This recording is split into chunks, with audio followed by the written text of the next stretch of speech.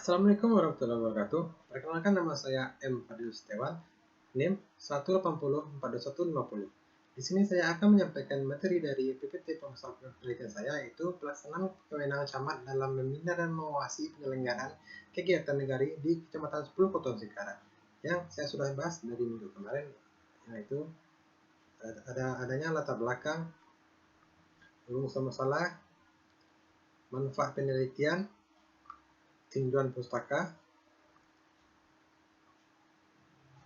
kerangka pemikiran, hipotesis. Yang saya bahas sekarang ini adalah teknik analisis data kuantitatif. Menurut Sugiono, analisis data adalah proses mencari dan menyusun secara sistematis data yang diperoleh dari hasil wawancara, catatan, lapangan, dan dokumentasi. Dengan cara mengorganisasikan data ke dalam kategori, menyebarkan ke dalam unit-unit, melakukan sintesa, menyusun ke dalam pola, memilih mana yang penting dan yang akan dipelajari, dan membuat kesimpulan sehingga mudah dipahami oleh diri sendiri maupun orang lain. Analisis data menurut Patton dikutip oleh Mollel adalah proses mengatur urutan data, mengorganisasikan dalam suatu pola, kategori, dan satuan ukuran dasar.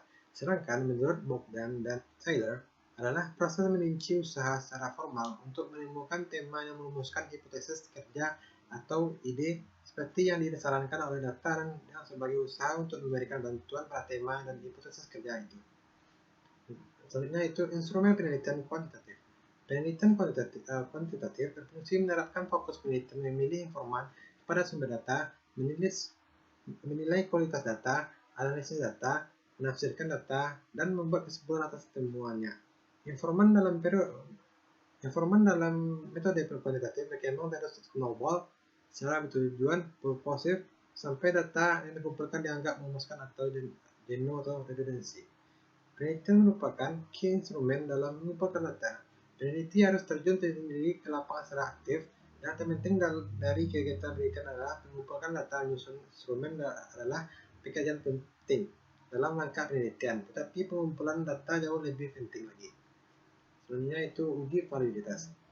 Uji validitas yaitu uji yang digunakan untuk menunjukkan sejauh mana alat ukur yang digunakan dalam suatu mengukur apa yang diukur. Suatu tes dapat dikatakan memiliki validitas yang tinggi jika tes tersebut menjalankan fungsi ukurnya atau memberikan hasil ukur dapat dan akurat sesuai dengan maksud dikenakannya tes tersebut.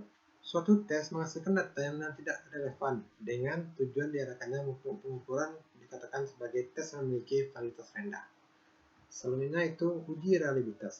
Uji reliabilitas berasal dari kata reliability, yang merupakan keajaiban mengukur suatu konsol yang dikatakan reliable atau handal jika jawaban seseorang atas pertanyaan adalah konsisten atau sambil dari waktu ke waktu. Selanjutnya itu reliabilitas suatu tes merujuk pada suatu derajat stabilitas, konsistensi, daya prediksi, dan akuransi. Pengukuran yang memiliki variabilitas yang tinggi adalah pengukuran yang dapat menghasilkan data yang reliable. Selanjutnya itu teknik pengumpulan dan pengolahan data. Berdasarkan atas pendekatan atas atau luasnya data yang dikumpulkan, ada 3 metode pokok dalam pengumpulan data. Pertama adalah sensus.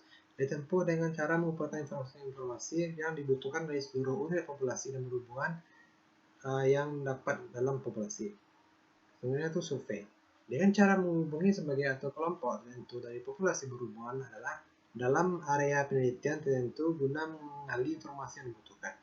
Selanjutnya itu studi kasus. Dengan cara menarik sampel dalam unit sampel tertentu yang berhubungan dan dipelajari secara mendalam. Selanjutnya itu berdasarkan konsep operasional pengumpulan data, maka ada 3 metode pengumpulan data. Pertama itu observasi. Melalui proses pencatatan secara cermat dan sistematis terhadap objek yang diamati secara langsung. Selanjutnya itu wawancara. Metode pengumpulan data dengan cara bertanya langsung.